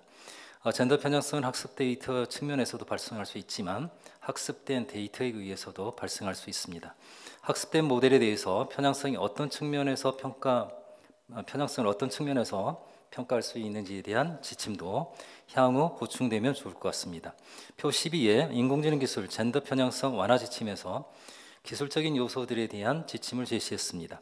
다양한 인공지능 기술이 있기 때문에 시스템 영역에서 훈련 데이터 편향, 분류계의 편향, 예측에서의 편향에 대해서만 지침을 제시하는 건 아직 충분하지 않다고 보여집니다. 인공지능 시스템의 서비스 품질을 위해서는 개발자나 개발 기업이 충분히 수행할 수 있는 지침과 모니터링 체계를 갖추는 것이 필요해 보입니다. 표 13에 젠더 편향성 완화를 위한 데이터 및 알고리즘 관련 법제화에서 등급제도 관련하여 젠더 편향 등급을 구체화하면 좋을 것 같습니다. 여러 관점에서 지침을 제시한 점에서 매우 의미 있는 연구 결과라고 생각됩니다. 뒤에 거대원의 네, 이건명 교수님 감사드립니다. 저희 양성평등 포럼에서 모시기 어려운 컴퓨터 공학자를 잘 모셔서 저희가 토론 시간을 2분 더 드렸습니다. 네, 이건명 교수님께서 컴퓨터 공학자로서 개발 현장에서 보시는 어떤 젠더 편향성의 문제, 또 수익 창출과 관련된 좀 딜레마를 짚어주셨고요. 마지막 부분에 어떤 기술적 측면에서 보완되어야 할지 좀 최근 현황까지 잘 토론을 해주셨습니다. 네, 감사드립니다. 다음으로 최지은 정보통신정책연구원 연구위원님의 토론이 있겠습니다. 네, 안녕하세요. 정보통신정책연구원의 최지은이라고 합니다. 두 분 연구자분들의 발표 내용 잘 들었고 또 구체적인 사례 분석과 유형 파악을 하고 각 유형에 대해서 이제 정책적으로 얼마나 미비한지 현황을 알 수 있게 되어서 저 스스로도 많이 고민을 할 수 있었고 또 많이 배울 수 있었습니다. 저는 두 분 연구자처럼 이렇게 큰 그림과 방향성을 제시하기는 저에겐 너무 어려운 주제여서 조금 더 이제 노동시장 연구를 하는 연구자 입장에서 노동시장이 어떤 AI 젠더 편향성이 있을까를 고민하게 되었고 두 분 발제자께서 언급하셨던 아마존 사례와 그리고 뉴욕에서 어떻게 이를 대응하고 있는지를 간단히 이제 현황을 공유하고자 글을 적었습니다. 네, 그 AI 편향성이라는 것은 이제 노동시장에서는 아마 아마존 채용 사례가 가장 잘 알려진 사례인데요. 이제 앞서 말씀 주셨지만 다시 한번 조금 더 설명을 드리자면 아마존에서 2017년도에 채용 과정에서 AI 프로그램을 도입을 했었고 성차별적인 요소가 발견이 되어 문제가 되어 해당 프로그램을 폐기했다고 합니다. 네, 구체적인 내용을 살펴보면 이제 지원 서류 심사 과정에서 여대 졸업, 여성 동아리 와 같은 이제 여성 관련된 단어가 삼지가 되면은 해당 지원자에게 일괄적으로 감점 요인을 주었고 이제 궁극적으로 이게 문제가 되었던 것은 기업에게 이 알고리즘이 고경력의 남성 일부 지원자들을 최종 고용 가능한 후보로 제시했다는 것이 알려져서 문제가 되었습니다. 근데 이와 같이 이렇게 성차별적인 결과가 도출되게 된 배경에는 AI 채용 프로그램이 학습한 데이터 자체가 다수의 남성 지원자 이력서를 기반으로 했다는 것이 문제입니다. 이 데이터가 알고리즘이 학습한 데이터가 남성 지원자, 그러니까 특정 그룹을 대상으로 한다는 점, 그리고 이를 기반으로 도출했을 때 상대적으로 열의에 있는 지원자의 인구학적 특성 중 하나가 여성이었다는 점, 그리고 여성이랑 관련된 내용을 이제 알고리즘이 일괄적으로 감점 요소로 인식을 해서 여성 지원자들에게 감점을 시킨다는 이 알고리즘 전체적인 구성이 그 자체가 사실은 미국의 IT 업계 현실을 그대로 반영한다고 볼 수가 있겠습니다. 네, 우리나라 거의 이제 비슷하게 미국도 IT 업계에서는 여전히 그리고 기술 관련 직종에서는 여전히 여성이 소수 집단으로서 이 대표성이 낮은 상태인데요. 이와 같이 이제 IT 업계에서 소수성에 대한 자구적인 어떤 배려와 이 성차별적인 문제 의식이 없다면은 AI 채용 프로그램에 의한 여성 차별과 배제에 관한 악순환은 지속될 수밖에 없다고 생각이 드는 바입니다. 이와 같은 문제가 이제 미국에서 조금 더 주목을 받고 있는 것은 그 AI 채용 프로그램의 보편성 활용에 대한 보편성을 들 수가 있는데요. 미국의 풀친지가 선정한 500대 기업 중에 약 98%가 모두 다 AI 프로그램을 채용 과정에서 활용하는 것으로 알려져서 그만큼 기업이 AI 채용 프로그램을 활용하는 것이 매우 보편화되었다는 것을 알 수가 있었습니다. 따라서 이제 AI가 기업의 채용 의사 결정에 영향을 미치게 됨으로써 이에 따른 특정성 그리고 인종과 같은 이런 그룹에 대해서 고용 기회의 차별 등의 이슈가 발생할 가능성이 높아서 미국에선 논의가 많고요. 이제 저도 이 부분은 이제 이 발제와 관련된 내용들을 찾아보면서 저도 알게 된 점인데, 이제 뉴욕에서는 이 AI 채용과 관련해서 편향성 관련된 규제안을 마련을 했고, 이게 실제로 지금 효력이 발생하는 것으로 파악이 되고 있습니다. 지난 여름 7월부터 이 법안이 로컬로 144라는 이제 법안이 규제안이 발생이 되었는데요. 이 규제안에서는 일단은 뉴욕시의 거주자를 보호하는 것을 목적으로 내용이 만들어진 것으로 파악이 되고 있고, 뉴욕시의 거주자가 지원을 한다면 그 지원 대상이 되는 기업이 만약에 그 지원자들을 평가할 때 AI 프로그램을 활용했을 때 법률적으로 이제 채용 과정이 자동화되었다는 것을 그 지원자들에게 알리는 것을 의무화하고 있습니다. 그리고 조금 더 고무적인 부분은 단순히 의무화시키는 것을 넘어서 제3의 독립된 기관으로부터 AI 채용 프로그램의 편향성 여부를 평가받고 그 결과를 공표하는 것을 요구를 하고 있는데요. 편향성 평가라는 것은 이제 이 법안에서 영향 임팩트 레이시오라는 것을 규정을 하고 있고, 이 지표에 맞게 AI 프로그램 결과가 특정 집단에 편향되어 있는지, 그러니까 합격률이 이 프로그램을 썼을 때와 안 썼을 때가 달라지는지를 평가를 해서 그 결과를 매년 공시하는 것을 의무화하고 있습니다. 그리고 이 지표 같은 것들을 계산을 할 때는 당시의 그 채용 데이터 외에도 그 전에 히스토리컬 데이터까지 같이 이렇게 제출하도록 의무화시키고 있는데요. 이 평가 결과가 이제 편향적이라는 것이 판단이 되고 이게 잘 공시가 이루어지지 않는다면은 위반 횟수에 따라서 예를 들면 3회 이상 위반이 되면은 최대 1,500불까지 벌금이 부과되는 것을 확인할 수가 있었습니다. 물론 이 과징금의 규모가 매우 작기 때문에 소극적이고 표면적인 그런 규제 아니라고 보실 수도 있겠지만, 제 개인적으로는 일단은 이런 데이터들을 제출을 해가지고 기업 입장에서는 평가를 받아야 되기 때문에 이제 그 채용 데이터를 관리해야 될 의무가 생겼고, 또 한편으로는 나쁘게 평가를 받았을 때 사회적인 이미지라는 것을 기업에서는 고려하지 않을 수 없기 때문에 고무적인 부분이 분명히 있다고 생각이 드는 바이고요. 다만 이 법안이 이제 좀 일부 비판을 받는 것 중에 하나가, 이제 앞서 교수님도 말씀하셨고 두 분의 발제자분께서도 말씀하신 것처럼 AI 알고리즘이라는 것이 설명 가능하기 어렵고 매우 투명하지 못한 그런 부분이 있어서 이 자체를 평가를 하고 있지는 않다고 합니다. 그러니까 그게 무슨 말이냐면은 AI 기업이 사용하는 채용 알고리즘이 편향됐는지 자체를 아예 법적으로는 이거는 우리가 평가하지 않겠다라고 하면서 배제를 시키고 있어서 오히려 이게 이제 기업 입장에서 다른 뭔가 이렇게 빠져나갈 수 있는 그런 여지를 남는 게 아닌가 하는 그런 이제 미국 내 비판이 있긴 하는데요. 저는 이제 그럼에도 불구하고 알고리즘의 복잡성이라는 것이 익히 알려져 있고, 또 한편으로는 제3기관이라는 그 기관이 정말 신뢰할 수 있는지, 아니면 이것을 평가하는 알고리즘이 있다고 했을 때 그것을 우리가 신뢰할 수 있는지에 대한 그런 반론이 계속 지속적으로 반복될 수밖에 없는 그런 현실을 오히려 고려했을 때는 현실적으로는 이 AI, 그러니까 뉴욕의 AI 채용 규제안이라는 것이 기업인에게 채용 과정에 있어서의 투명성을 관리할 수 있는 책무를 강화하는 방식이고, 소극적이지만 그럼에도 불구하고 유의미한 시도라고 생각이 드는 바입니다. 그리고 이제 미국에서는 일리노이나 메릴랜드, 캘리포니아주, 그리고 뉴저지, 그리고 워싱턴 DC 등의 한 최소 11개 이상의 주에서도 AI 채용 규제 관련된 법안을 논의 중이고, 예컨대 이제 뉴욕처럼 강하게 기업들을 감사를 하고 있지는 않겠지만 영상 인터뷰를 활용했을 때 얼굴 인식을 하고 분석을 하는 그런 프로그램을 사용했다면 그것을 규제하는 안 정도는 지금 모두 논의가 이루어지고 있는 것을 확인할 수가 있었습니다. 이와 같은 해외 사례를 통해서 우리나라 현상을 살펴보면은 우리나라 이제 ICT 분야 역시, 그리고 이제 기술직과 관련된 직종에서 특히나 남성 집중도가 매우 높고, 장기적으로는 이제 직종 분리가 완화는 되고 있지만 여전히 지속되고 있는 상황에서 이와 같은 현실이 개선이 되지 않으면 아마존과 유사한 이런 AI에 의한 젠더 편향 이슈는 구조적으로 발생할 수밖에 없다고 생각이 드는 바입니다. 그래서 이와 같은 해외 사례를 통해서 조금 더 완화된 측면이긴 하겠지만, 그리고 소극적인 측면이긴 하겠지만, 저는 이제 개인적으로 생각했을 때 우리나라의 노동시장에서 양성평등한 노동시장 채용 문화 구축의 일환으로서 이 AI 채용 차별에 대한 이슈를 대응할 수 있다고 생각이 들고 있는데요.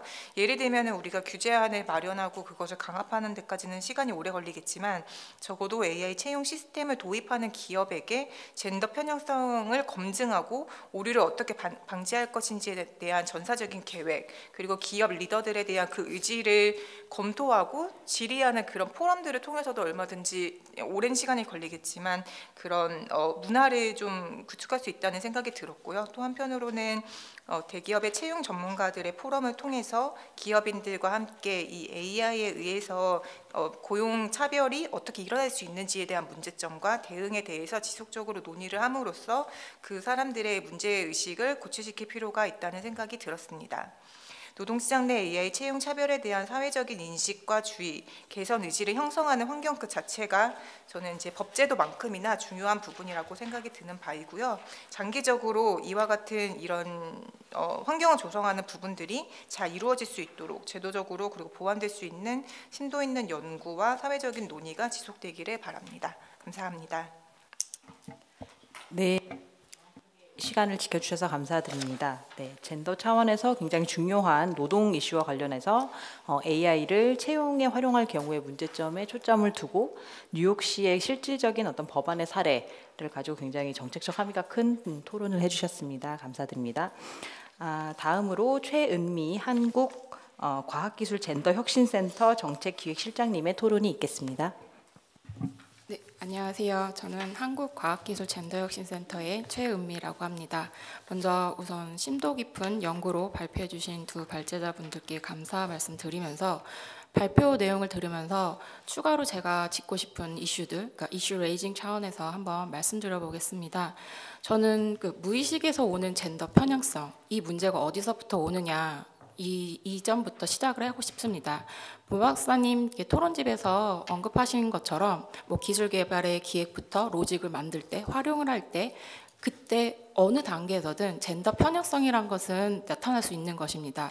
제가 이제 과학기술 분야에서 조금 더 집중적으로 연구를 하고 있기 때문에 이를 배경으로 해서 이 논리를 과학기술계 R&D 전 주기 관점에서 대입을 해서 설명을 드려본다면 AI R&D, AI 기술 개발도 마찬가지로 결국에는 기술 개발의 참여진이나 연구를 하는 연구진의 참여진, 그 연구진이 어떻게 구성이 되어 있느냐, 그 연구진의 특성이 결국에는 알고리즘을 만들고 데이터를 생성해서 기술 개발을 하고 제품 완작품까지 만들 때 그 참여진의 특성이 기반이 될 수밖에 없다라는 것입니다. 그렇기 때문에 데이터를 활용해서 인간이 하는 일을 AI가 할 뿐이지만 결국에는 사람이 이 기술을 만드는 것부터 시작을 하기 때문에 이 점 또한 우리가 지속적으로 염두해야 되는 부분이라고 생각이 듭니다. 실질적으로 이제 제가 여러 자문분들의 이야기를 듣다 보면은 최근에 이제 있었던 일인데 연구재단을 통해서 연구 참여에 여성 연구원 참여 비율을 높여라라고 했을 때 연구 현장에서는 처음에 반발이 굉장히 심했다라고 합니다. 그렇지만 한 해가 지나고 두 번째 해가 지나고 나서 연구자분들 사이에서 암암리에 여성의 연구자 참여 비율이 높았을 때 연구과제를 선정되기 쉽더라 라는 사례들이 점차 늘어나게 되면서 우리 연구에도 이게 공학 계열이든 이공계든 의료 계열이든 간에 여성 연구원의 참여를 조금 높여야겠다. 의도적으로라도 이렇게 시작이 됐을 때 그 연구 성과가 결국에는 좋은 결과로서 나타나게 된다면 이 또한 규제 성격으로 시작은 했지만 좋은 결과로 이어지게 될 때 이때 연구 참여 젠더 균형이 맞춰지기 때문에 결국에는 그 결과 그리고 결과에 따른 상용화 산업화가 됐을 때 결국에는 긍정적인 효과를 나타낼 수 있다라고 봅니다. 그렇기 때문에 어떤 연구 현장에서 기술 개발에서 그 연구진들, 기술 개발하는 분들이 어떤 이런 현상들을 자연스럽게 받아들일 때 이게 꼭 꼭 남녀 비율을 맞추기 위해서 의도적이라기보다는 자연스러운 현상으로 바뀌었을 때 인식 변화가 나타나게 되고, 그게 곧 기술 현장 산업계에서의 인식 변화, 연구 현장에서 연구 문화가, 그리고 그게 결국에는 사회적 영향력으로까지 번지게 되는 것이라고 생각이 듭니다. 그리고 두 번째로 이제 짚고 싶은 이슈는 기술의 완제품에서 나타나는 젠더 편향성을 짚고 싶습니다. 이러한 여러 가지 사례와 재밌는 스토리는 이제 박사님께서 이미 다 짚어주셨는데, 한 가지 예를 또 한 가지 소개를 드리자면은 영국에서 디지털 헬스 기업의 바빌론 AI 챗봇 사례가 아주 오래전부터 제기가 되었습니다. 남녀가 완전히 동일한 증상을 가졌을 때, 뭐 남자 환자 같은 경우는 심혈관 질환을 많이 갖고 있더라, 그런 데이터를 기반으로 했을 때 남녀가 똑같은 증상을 이제 진단을 문의를 했을 때 남성에게는 48시간 이내로 병원을 가서 주치를 만나봐라 라고 진단을 한 반면에, 여성 환자에게는 그냥 단순히 우울증이다, 기분 전환을 한번 해봐라 라는 진단을 내렸다라고 합니다. 근데 결국에는 그 여성 환자도 심혈관 질환을 갖고 있었고 결국에는 골든타임을 놓쳤기 때문에 악화되어서 이게 소송으로 번지게 됐고 결국에는 승소를 했다라는 그런 판례가 있습니다. 이렇기 때문에 여기서 짚고 싶은 점은, 이게 곧 입력된 데이터 자체가 남성 중심의 데이터로 이미 젠더 편향성을 가진 데이터로서 진단을 했기 때문에 결국에는 편향된 진단을 낳을 수밖에 없다라는 것입니다. 이런 사례가 더 많이 공로가 될 때에는 비로소 사람들이 우리가 나의 문제, 사회 문제라고 인식을 하게 됩니다. 그러나 이러한 부작용이 만연되기 전에 부작용을 최소화시키기 위한 논의 자체가 뭐 연구 기획 단계라든가 기술 개발 단계에서부터 필요하다라는 점입니다. 그러기 위해서는 이제 또 한 가지 짚고 싶은 점은, 젠더 편향이라는 단어 자체를, 젠더라는 자체를 민감하게 받아들이고 남녀 모두를 위해서 이게 나에게 일어날 수 있는 일이다라는 인식이 만연이 됐을 때 조금이나마 젠더 편향성, 이게 사회적 문제이지만 고쳐지지 않는 고질병 같은 문제들이 해결될 수 있다라는 것입니다. 이를 위해서는 기본적으로 뭐 홍보도 중요하고, 기본적으로 뭐 윤리 강령을 가르치는 것처럼 어떤 교육적인 차원에서도 이렇게 시도가 됐을 때, 문제에 대한 인지와 공감이 형성될 때 뭐 우리의 문화가 바뀌고 제도가 자연스럽게 변화될 것이라고 생각이 듭니다. 결국에는 제가 짚었던 첫 번째 이슈와 두 번째 이슈가 연계될 수밖에 없는 게, 이미 완제품인 기술을 고쳐라, 처음부터 다시 만들라라는 것은 사실 현실적으로 어렵습니다. 그렇기 때문에 데이터를 구축을 할 때 이미 축적된 데이터에서 젠더 변수를 다시 고려하고 재구축하기보다는 이미 이제 그것을 염두에 두고 이제 기획 단계부터 밟아 나간다면은 결국에는 긍정적인 효과, 긍정적인 결과까지 나타나리라고 생각이 듭니다. 그리고 AI 젠더 편향성 문제와 더불어서 제가 또 한 가지 이슈를 짚고 싶은 점은, 또 하나의 염려되는 부분은 최근 우리나라에서 국가 전략적으로 세계 국가 전략적으로 이제 밀고 있는 분야가 양자 기술 부분입니다. 문제는 이 AI에서 나타날 수 있는 젠더 편향성 문제가 양자 과학기술, 특히나 양자 컴퓨팅에서도 동일하게 유사하게 발생될 수 있다는 점입니다. 그 이유는 양자 컴퓨팅이 알고리즘을 통해서 인공적 합성 물질을 생성을 하고 그 데이터를 기반으로 시뮬레이션을 하게 되는데, 그게 곧 결국에는 사람에게 적용이 되게 됩니다. 이때 AI 젠더 편향성, 알고리즘 생성의 문제점이 이 양자과학 기술 분야에서 동일하게 나타난다면, 이 지금 우리가 계속 논의를 제기하고 있는 이 이슈가 결국에는 계속 지속될 수밖에 없다라는 것입니다. 우리가 살아가고 있는 이 문화, 이 사회, 그리고 어떠한 뭐 제도를 바꾸는 거는 하루아침에 바뀌어지기 어렵고, 법이 개정되었다, 윤리 강령이 있다, 가이드라인이 있다라고 하더라도 이게 진심으로 받아들여지지 않는다라면은 참 바뀌기 어려운 문제인 것 같습니다. 그럼에도 불구하고 점진적인 변화를 위해서는 꾸준하게 이런 토론과 그리고 지속적인 연구 이런 것들이 지속돼야 될 필요가 있다라는 말씀을 드리면서 제 말씀을 마치도록 하겠습니다. 네, 최은미 박사님 좋은 토론 감사드립니다. 결국 기술이 사람과 동떨어진 것이 아니라 사람이 개발하는 것이기 때문에 그 연구 참여자, 개발자 그리고 기획 단계에서의 다양성과 젠더 균형의 문제에 대해서 잘 짚어주셨습니다. 감사드립니다. 마지막으로 김유향 심의관님의 토론을 듣겠습니다. 네, 안녕하세요. 저 국회 입법조사처 김유향입니다. 사실 최근 AI의 등장과 더불어 그 편향성 논의는 굉장히 많았다라고 할 수 있을 것 같습니다. 그래서 지금은 좀 더 구체적인 그 법제화에 대한 그 방안을 제시하고 해야 될 단계가 아닐까라고 생각을 하고 있고요.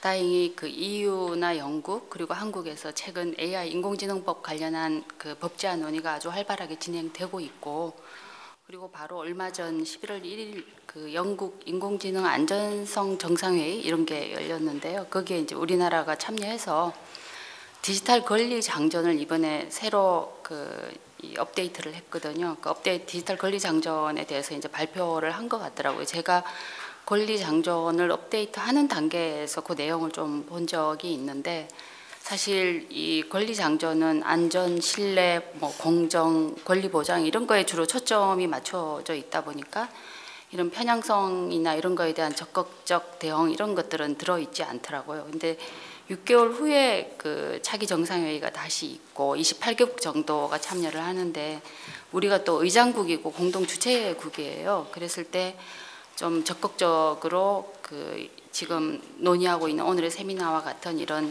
젠더 편향성에 대한 그 우리나라의 어떤 대응 현황이나 이런 것들이 그 자리에서 발표되었으면 좋겠다라고 생각을 하고, 그런 면에서 굉장히 적절한 시기에 그 적절한 그 논의가 이루어지고 있다라고 말씀드리고 싶습니다.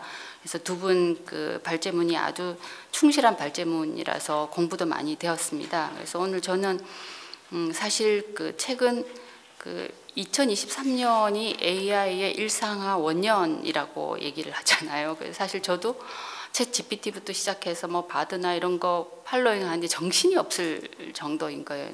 너무 쏟아져 나오니까 이거 도대체 어디까지 팔로잉을 해야 되나 싶을 정도로 정신없이 나오는데, 이제 그게 사실 그 위험성을 충분히 확인하기도 전에 이미 이제 실용화 단계로 진입을 해버렸단 말이에요. 그러면서 각국에서 뒤늦게 부랴부랴 그 법제도적 대응 논의가 활발하게 진행 중입니다.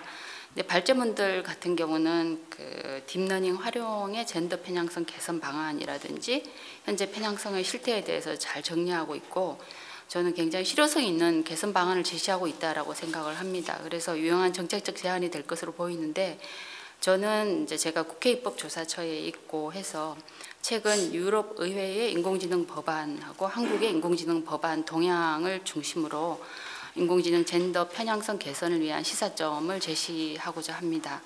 사실 그 인공지능이나 디지털 사회 관련한 규제의 선두를 달리고 있는 곳은 유럽 의회라고 할 수 있거든요. 올해 6월 14일에 세계 최초로 인공지능 법안을 통과시켰고 세계적인 반향을 불러일으켰습니다. 사실 이 법안이 올해 말 EU 집행위원회 그 3자 이제 협의를 통과하면 2022년부터 시행될 예정인데 12월에 통과될 예정이라고 하더라고요. 지난번 정상회의 때도. 그러니까 사실 얼마 안 남았고 곧 그 이제 EU는 이게 이제 완벽한 의미의 인공지능법이 이제 발효가 될 예정인데요. 사실 그 이제 유럽의 인공지능 법안에 대해서는 그 관련 기업들의 과도한 규제라는 지적들도 많고, 그런데 이제 우리나라를 비롯해서 인공지능 법안을 논의적인 국가들의 굉장히 많은 시사점을 제공하고 있다라고 할 수 있습니다. 그래서 유럽의 법안의 특징이 위험 기반 접근이라는 건데요. 이게 사실 많은 것들을 여기에 이렇게 포함하고 있는 거라서 어떻게 보면 그 귀에 걸면 귀걸이, 코에 걸면 코걸이처럼 젠더 편향 관련한 것들이 여기 들어간다고 해석할 수도 있고, 자칫하면 전혀 아주 마이너한 문제로 배제될 수도 있는 그런 접근법이라고 생각을 합니다. 사실은 굉장히 영리한 접근법이라고 생각하거든요. 그래서 여기서 발생할 수 있는 위험의 정도를 차등화하고 고위험군에 해당하는 위험원에 강력한 규제를 가하는 그런 방법론이라고 할 수 있습니다. 그래서 이에 따라 위험의 정도를 수용할 수 없는 위험, 고위험, 저위험, 제한적 위험 이 4단계로 구분을 하고 있는데요. 수용할 수 없는 위험을 유발할 수 있는 인공지능은 원칙적 금지를 하고 있고요. 고위험을 유발할 수 있는 인공지능에 대해서는 다양한 사전 사후적 의무를 부과하고 강력한 규제를 합니다. 근데 나머지 그 저위험이나 제한적 위험에 대해서는 큰 규제를 도입하지 않는 그런 방식으로 하고 있거든요. 그래서 제가 이제 이 고위험 관련해서 이제 제가 좀 연구를 했었는데요. 인공지능 서비스의 젠더 편향성은 이 고위험에 들어간 내용이 자연인의 분류, 교육 및 직업 훈련 인공지능, 고용, 근로자 관리, 자영업 관련 인공지능이 고위험 유형에 포함이 되거든요. 이유를 보면.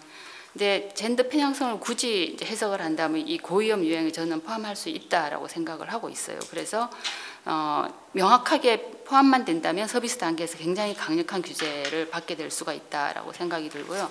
다만 유럽 연합 법안에서 그 유의해서 봐야 하는 것은 성별 데이터의 수집은 허용하지만 최종 모델에서의 사용은 허용하지 않는 거거든요. 사실 성별 데이터의 수집 관련해서 DSC가 얘기하지만 미국은 허용하지 않고 싱가포르는 허용을 해요. 아예 오픈을 한 상태예요. 근데 유럽연합은 그 중간 단계에 있는데 그래서 수집은 허용을 하지만은 최종 모델에서 사용을 잘못할 경우에 굉장히 강력한 규제를 하는 건데 이 경우에 그 기계학습 알고리즘 훈련 전에 데이터를 사전 처리하는 것은 얼마든지 가능하게 되는 거예요. 이 부분이 굉장히 좀 어떻게 보면 위험할 수도 있는 부분인데 그래서 관련 기업들이 훈련 데이터 이제 다운 샘플링의 남성 수를 줄이거나 여성 수를 이제 늘림으로써 성별에 따라 훈련 데이터를 재조정 얼마든지 할 수 있어요. 즉 이제 모델이 훈련된 데이터를 변경하되 실제 의사결정에서 성별을 사용하지는 말라는 게 EU 법안의 기본적인 그 문제의식이거든요. 그래서 결국은 기업이 자유로운 데이터 활용해달라고 워낙 그 AI 초기 이제 단계에서부터 요구를 많이 하고 있으니까 그건 허용하되 왜냐하면 이미 이제 AI가 이제 그 다음 세대 뭐 지원부터 시작해서 이제 국가 경쟁력의 가장 핵심이 되고 있으니까 이 AI 기술 발전을 저해해서는 안 되겠다는 게 전 세계가 공통적으로 공유하고 있는 거거든요. 그래서 하되 서비스 단계에서 강력한 규제를 이제 가하는 건데 이게 어느 정도 가능할지는 여전히 굉장히 우려가 되는 거예요. 그래서 또한 이제 알고리즘의 블랙박스화, 그러니까 알고리즘의 편향성 제거 뭐 이런 얘기하는데 이 블랙박스화 현상에 대해서도 뭐 알고리즘 투명성, 설명 가능성, 책임성 여러 가지 이제 저도 이 고위험 우리나라 인공지능 법안에 고위험 인공지능에 관련한 그 기준들을 제가 이제 만드는 데 참여를 하고 있는데 거기서 이제 그런 걸 하고 있지만 실질적으로 이 블랙박스화 현상이 있어서 어느 정도 방지가 가능할지 그리고 인공지능과 알고리즘의 고도화된 내용을 어느 정도 일반에게 설명 가능성이라는 것들을 설명할 수 있을지도 굉장히 의문인 거예요. 사실 이게 생각보다 쉽지 않은 영역이잖아요. 그러니까 우리나라도 이제 지난 12월에 인공지능 관련한 그 법률안 7개를 통합해서 인공지능 발전과 신뢰 기반 조성 등에 관한 법률 제정안 대안을 마련했어요. 근데 아직 오픈은 안 하고 있어요. 위원회에서 대안을 만들어서 아마 이제 통과가 이제 되지 않을까. 유럽 연합 12월 되는 거 보고 되지 않을까라고 생각을 하고 있고요. 그래서 그랬을 때 그 우리가 만약에 편향성 관련한 그 법제화를 한다고 한다면 이 법안에 들어가야 되는 거예요. 이제는 그 지능정보화 기본법이 아닌 여기에 명확하게 인공지능과 관련한 법안에 이제 들어가야 되는 건데 제가 이제 이 법안을 이제 아직 외부 오픈은 안 됐지만 제가 봤는데 사실 우리 법안도 유럽 의회 법안과 같이 위험 기반 접근법을 일정 부분 수용하고 있어요. 근데 다만 규제의 정도가 유럽 의회보다 훨씬 완화돼서 유럽은 규제가 굉장히 막강하고 엄청난 그 벌금을 때리는 방식이 우리는 그렇게 사실 불가능하잖아요. 그래서 인공지능 제품과 서비스를 판매하는 행위는 원칙적으로 허용하고 만드는 과정에서의 규제는 사실상 좀 완화하되 고위험 서비스에 대해서만 강력한 규제를 가하는 방식이 될 것 같아요. 그래서 제가 이제 고위험과 관련한 정의를 굉장히 꼼꼼하게 지금 보고 있는데 그래서 이때 지금 단계의 위험을 어떻게 정의하냐가 굉장히 중요한데 이거 관련한 법을 만드는 것에 이런 편향성이나 여성 쪽 이 젠더와 관련한 분들이 참여를 안 하고 거의 안 하고 있어요. 정말 그게 뭐 남녀의 문제는 아니지만 완전히 남성 분들이고요. 심지어 법률을 하는 분들도 완전히 남성 분들이고 그래서 이 여성 젠더 관련한 기반에 이 좀 참여를 했으면 좋겠다고 저도 이제 말씀을 드렸는데 어쨌든 이미 구성이 그렇게 되어 있더라고요. 그래서 이제 문미경 연구위원님의 발제에서 잘 정리하고 있듯이 우리나라 법령에서는 기술개발 과정 단계에서의 성차별이나 젠더 편향성 제어 조치는 완전히 부재한 상태입니다. 지금 법안도 이게 잘 드러나 있지 않아요. 해석의 여지만 좀 남겨놓은 상태이거든요. 그래서 기술개발 과정 단계의 데이터 활용 관련해서 외국 사례를 보면 아까 제가 말씀드렸듯이 미국은 금지하고 유럽연합이 중간인데 우리나라가 명확하게 원칙적 금지를 하지 않을 경우에 사업자의 고지 의무나 책무 같은 것들만은 어느 정도로 젠더 편향성을 규율할 수 있을지 저는 좀 우려가 된다라고 생각이 되고요. 그래서 사실 그 기술개발 과정에서의 편향성을 제거하기 위한 금지 원칙이 법에 인공지능 법에 명료하게 포함될 필요가 있다라고 생각을 하고요. 그리고 위험 기반 접근법을 했을 때 젠더 편향성 위험의 정의에 젠더 편향성이 좀 명확하게 들어가도록 할 필요가 있다는 생각이 들고 지금 AI 영향 평가의 필요성이 이제 법안 과정에 들어갈 수가 있어요. 그랬을 때 젠더 편향성 문제를 영향 평가 항목으로 포함시키는 것이 굉장히 중요하다라고 생각합니다. 이상입니다.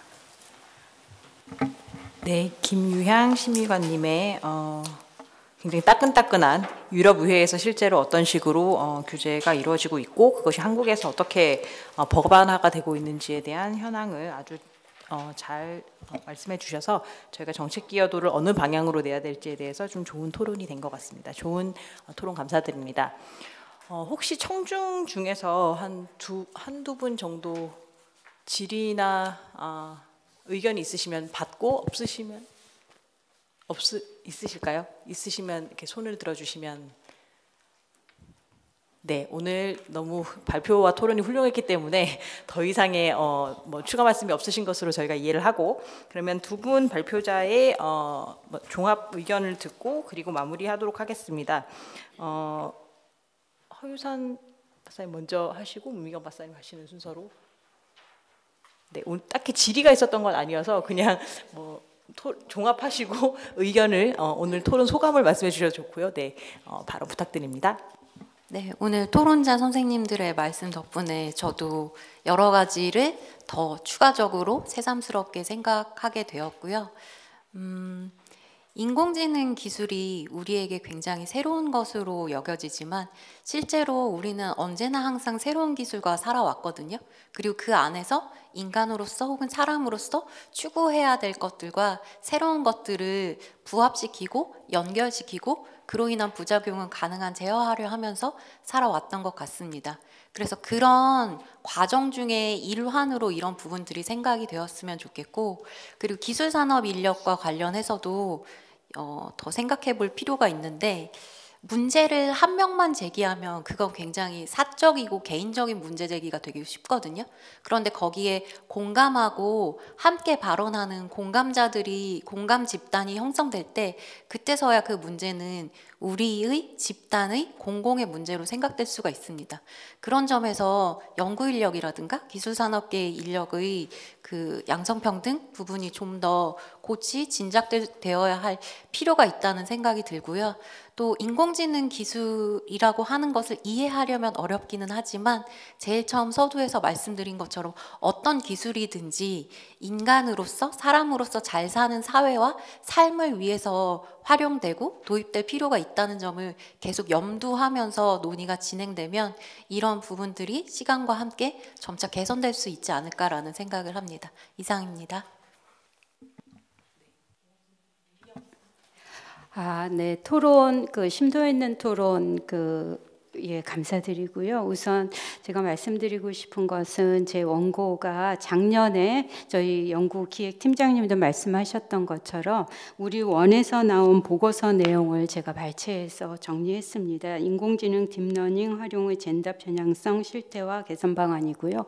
이 부분은 저희가 연구를 지속적으로 수행하면서 디테일하게 더 심도 있게 들어간 것이 아니라 지금 인공지능이라는 화두 속에서 사회적 화두 속에서 젠더 편향성의 큰 틀의 문제를 제시했고 그 속에서 어떤 환기시키는 차원에서 체크리스트라든지 지침이라든지 가이드라인 이런 것들을 얘기했고요. 그 다음에 법 제도적 측면에서 보완 이런 부분을 큰 틀에서 얘기를 했는데 연구를 수행하는 과정 속에서 이 부분은 첫 삽을 뜨는 식으로 이렇게 인공지능 기술 속에서도 젠더 편향성이라는 부분은 나타날 수 있고, 그러한 부분이 어떻게 사회의 각 축에 어떻게 맞물려 있고, 그러한 부분의 보완이 큰 틀에서 어떻게 나아가야 된다라는 방향성을 제시했다면, 앞으로는 이 기술이라는 부분이 점점점 우리 삶 속에 치밀하게 밀고 들어오고, 그런 속에서 저희가 어떻게 젠더라는 부분에 관점을 가지고 어떻게 해야 되느냐라는 부분은 담론을 넘어서 훨씬 더 정의라든지 범주라든지 기준을 좀 명확히 할 필요가 있다라는 생각을 했습니다. 그래서 그러한 부분이 향후 지속돼야 되는 연구 과제겠다라는 생각을 하면서, 제가 법제도 측면에서 지능정보화 기본법 이 부분이 이제 기존의 우리의 모법이었다라고 하면, 김유황 심의관님께서 말씀하신 것처럼 인공지능 발전과 신뢰 기반 인공지능법으로 바뀔 때 이러한 부분의 조항들을 어떻게 담아야 되는지, 어느 부분에 담아야 되는지라든지, 또는 제가 인공지능 윤리 역량 평가 부분에 있어서 젠더 편향성 금지 항목을 포함한다라고 했을 때, 젠더 편향성의 금지 항목을 어떤 기준을 가지고 어떻게 도출해내야 되는지, 이런 부분도 앞으로 고민돼야 되는 부분이다라는 거고요. 또 하나는 데이터 및 알고리즘 관련 젠더 편향성 검증 기준 법제화를 하는데, 이런 부분도 정의라든지 기준, 어떤 식의 그러니까 등급화에 맞는 기준과 거기에 들어가는 사례라든지, 이런 부분들이 앞으로 후속 연구로 지속돼야 될 필요가 있고, 이런 부분들이 지속화될 때 어떤 현장에서의 실효성이라든지 완화할 수 있는 실효성을 가질 수 있겠다라는 생각이 듭니다. 그래서 이러한 부분에 있어서 꼭 저희 연구원뿐만이 아니라 관심이 있는 분야의 분들이 함께 시너지 효과를 낼 수 있도록 지속적인 연구가 수행되면 좋겠다라는 생각을 해봤습니다. 이상입니다. 네, 고맙습니다. 네, 마무리하도록 하겠습니다. 저희 양성평등 포럼은 젠더와 관련된 굉장히 다양한 이슈를 다루고 있습니다. 오늘은 최근 이슈 중에서 굉장히 미래지향적인 이슈로서 인공지능의 젠더 편향성에 대한 이슈를 다루었고요. 이 논의와 관련해서 앞으로도 논의할 내용들이 많은 것 같고, 오늘 여러 전문가분들께서 오셔서 굉장히 심도 있는 논의를 해주셔서 좋은 논의의 출발점이 된 것 같습니다. 오늘 알찬 발표와 토론해주신 발표자 토론자들께 감사드리고, 또 끝까지 함께 해주신 청중들께 감사드립니다. 네, 저희는 다음에 더 좋은 주제로 찾아뵙도록 하겠습니다. 그럼 안녕히 돌아가십시오. 고맙습니다.